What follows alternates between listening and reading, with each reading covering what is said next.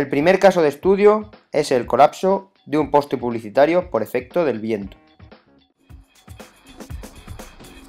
El 19 de enero de 2013, en Sevilla, en concreto en el centro comercial de Aljarafe, donde se sitúa el poste publicitario, en un día en que las condiciones meteorológicas son muy desfavorables, vientos de hasta 80 km por hora ejercen una gran presión sobre la estructura.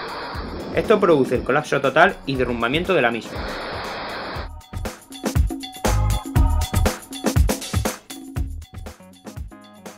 La caída de la estructura de 15 metros de altura y de gran envergadura se produjo hacia el interior del centro comercial. Los daños producidos fueron cuantiosos sin que hubiese que lamentar víctimas personales.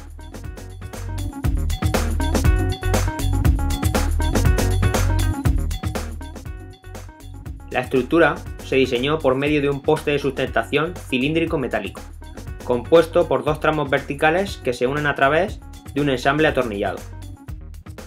En la parte superior se aprecia una estructura de celosía, diseñada de forma triangular en la que van colocados los paneles publicitarios. El fallo estructural se localiza en la unión de los dos tramos verticales del poste de sustentación, justo donde está el ensamble atornillado. Para determinar el esfuerzo soportado en el punto crítico de la estructura justo antes de que se produjera la falla, realizamos un ensayo de simulación, aplicando las mismas condiciones a las que fue expuesta la estructura. La presión dinámica que el viento de unos 80 km por hora ejerce sobre el poste publicitario sería de 420 pascales. Como vemos en el ensayo, el esfuerzo máximo soportado en el ensamble es de 279,3 megapascales. También se puede comprobar que justo antes del colapso, la estructura en la parte superior se desplazó unos 17 milímetros. Identificamos tres causas principales que originan la mayoría de los siniestros que se producen en este tipo de construcciones. La soldadura en los refuerzos de los anillos de ensamble está mal efectuada o se encuentra en malas condiciones. Esto disminuye su resistencia y ayuda a la propagación de las grietas. La falta de control en el par de apriete de los tornillos puede ser otra de las causas de la falla. Debido a los pequeños movimientos de flexión que se producen en la estructura, la presión que realizan los tornillos disminuye con el tiempo. Y por último, si la calidad de los elementos de unión no se corresponde con la indicada por el fabricante, se produce un punto débil en la estructura. Para los pernos de unión, el límite máximo de elasticidad-tracción facilitado por el fabricante es de 350 megapascales, algo superior al esfuerzo máximo soportado en el momento de la fractura, por lo que la falla no se produciría por falta de calidad. Para evitar este tipo de accidentes, se deben realizar revisiones periódicas, controlar la geometría de la soldadura, controlar el par de apriete de los tornillos y la calidad de los mismos, realizar radiografías, pero todo ello debe partir de un buen diseño de la unión, en función de los esfuerzos a los que será sometida. El siguiente caso se produjo en el Reino Unido, en el estuario del río Tay, en la ciudad de Dundee. La parte central del puente Tay colapsó la noche del 28 de diciembre de 1879, durante una fuerte tormenta. El puente fue diseñado por el señor Thomas Wood. Entre los pilares 28 y 41, las vigas fueron levantadas para no interrumpir el tráfico fluvial, con vanos de 245 pies. Todos los agujeros de las conexiones de las vigas de las columnas tenían que ser taladrados. Esto no se llevó a cabo en esta parte de la obra. Los agujeros de las orejetas de las columnas fueron todos de fundición, puestos después y de forma cónica, en vez de ser taladrados, causando así que el pasador no tenga el mismo apoyo. Se encontraron columnas después del accidente que eran de diferente espesor y otros defectos de fundición, y esto fue probablemente debido al carácter débil del metal y a la manera que las columnas fueron fundidas. 75 personas viajaban en el momento del accidente. Soplaba un viento en dirección casi perpendicular al puente. Thomas Barclay, el responsable del puente, declaró que vio cómo desaparecía el tren después de ver una luz cegadora. Los cálculos de diseño del puente se estima que podía soportar una presión de viento máxima de 34,33 libras por pie cuadrado, si ninguna pieza hubiera fallado. Se cree que el día del accidente había una presión de 60 o 70 libras por pie cuadrado. La tensión última dada a estas barras cruzadas con su coeficiente de seguridad de 4 no debería ser menos de 45,88 toneladas bajo las condiciones asumidas. Pero la medida última de tensión de 6 de las barras comprobadas sin las orejetas era de tan solo 25,6 toneladas. La medida de tensión de 14 barras comprobadas con las orejetas eran 24,1 toneladas, de las cuales 6 rompieron con menos de 22 toneladas. 4 de las últimas quebraron y 2 de ellas rompieron con menos de 21 toneladas. El primer indicio de debilidad del puente fue que se estaba aflojando las barras cruzadas. Henry Noble introdujo pasadores en la junta para que dejara de vibrar, lo que producía que el puente fuera inestable en el movimiento lateral. Conclusiones que llegaron al tribunal. No hay indicios que se haya producido un movimiento de tierra. El hierro forjado empleado tenía la fuerza justa, aunque no era de gran calidad en cuanto a dureza. El hierro fundido también era bueno en la fuerza, pero malamente fundido, y presentaba dificultades de resistencia. En las vigas caídas han encontrado imperfecciones de trabajo y las fracturas encontradas se cree que son debidas a la altura a la que cayeron.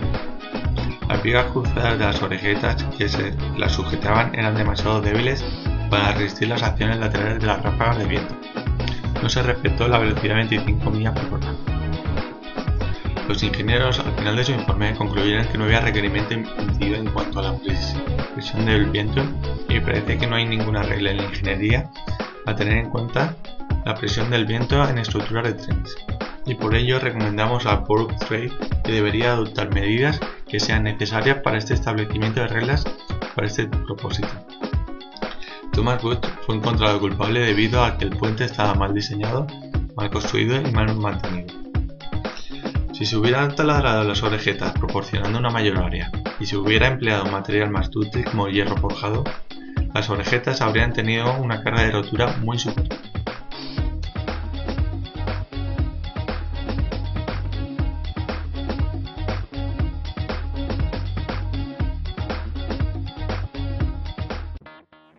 En el siguiente caso hablamos de los aerogeneradores.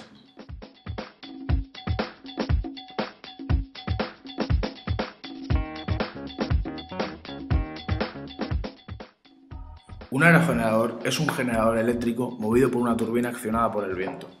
La energía cinética del aire en movimiento proporciona energía mecánica a un rotor hélice que, a través de un sistema de transmisión mecánico, hace girar el rotor de un generador, normalmente un alternador trifásico, que convierte la energía mecánica rotacional en energía eléctrica. En general, los aerogeneradores modernos de eje horizontal se diseñan para trabajar con velocidades del viento que varían entre los 3 y los 25 metros por segundo de promedio. La primera es la llamada velocidad de conexión y la segunda la velocidad de corte. El aerogenerador comienza produciendo una energía eléctrica cuando la velocidad del viento supera la velocidad de conexión, y a medida que la velocidad del viento aumenta, la potencia generada es mayor, siendo la llamada curva de potencia.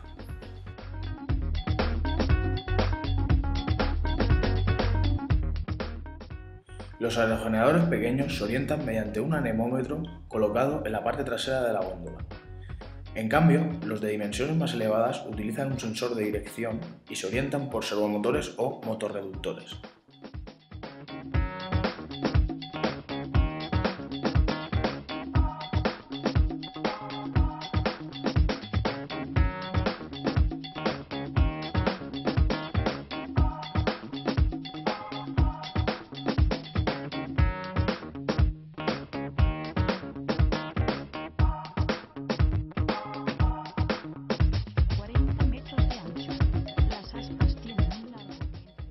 Las aspas se mueven por la presión que el viento ejerce sobre ellas y gracias a la curvatura longitudinal que presentan, su diseño pudiendo girar entre 40 y 200 revoluciones por minuto, y se consiguen generar desde 100 a 3000 kW de potencia.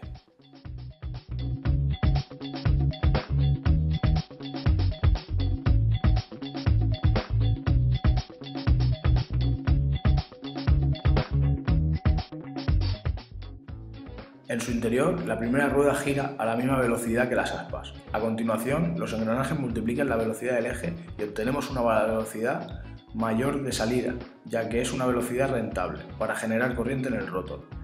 En la parte trasera de la góndola nos encontramos lo antes mencionado, la veleta y el anemómetro, que mide la velocidad y la dirección del viento, orientando las aspas para que el viento le dé de frente. Cuando la velocidad supera el límite de riesgo, para toda la estructura se aplica un freno automático para reducir y parar las aspas. Si esto no fuera así, se podría producir un accidente como en el 22 de febrero de 2008 en la doquera de Holsted, Dinamarca, cuyo fallo surgió por el sistema de seguridad de las aspas, ya que no giraban en la dirección del aire, y debido a la fuerza del mismo aumentó la velocidad de giro, que produjo una deformación en estas, que hizo que incidieran sobre la columna central del aerogenerador, produciendo su rotura. La responsabilidad en este caso no recae en el proyectista, siempre y cuando presenten las fichas técnicas de homologación de dicho sistema de seguridad. La solución sería la instalación de otro sistema de seguridad que controle cada cierto tiempo el funcionamiento del mismo, realizando un chequeo comprobando que las aspas giren en el mismo sentido del viento cuando éste supere el límite estipulado.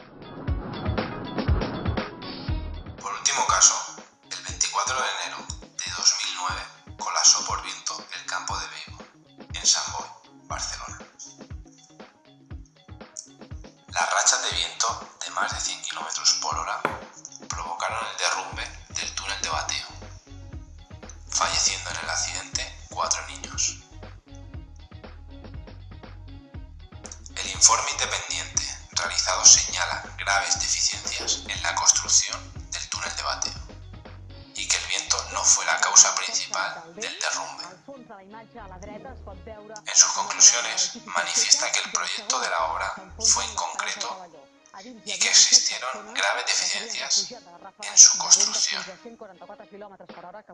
Como deficiencias muy graves en la construcción destacan la falta de macizados armados verticales cada 5 metros, que sí se contemplaron en el presupuesto de la obra del proyecto, y el olvido de la colocación de anclajes en las vigas principales de cubierta, en sus conexiones a los muros, que se materializaron como simples asientos sin una mínima capacidad suficiente contrastada de ser capaces de resistir fuerzas de tracción sobre la acción del viento. La ingeniería de Sant Boi, el arquitecto técnico y el constructor responsable de la edificación del túnel de Bateo aceptaron una pena de prisión de 2 años y el pago de 2,2 millones en indemnizaciones a las víctimas, reconociendo los hechos que se les imputaban. La pena no llevó aparejada la inhabilitación para el ejercicio de sus profesiones.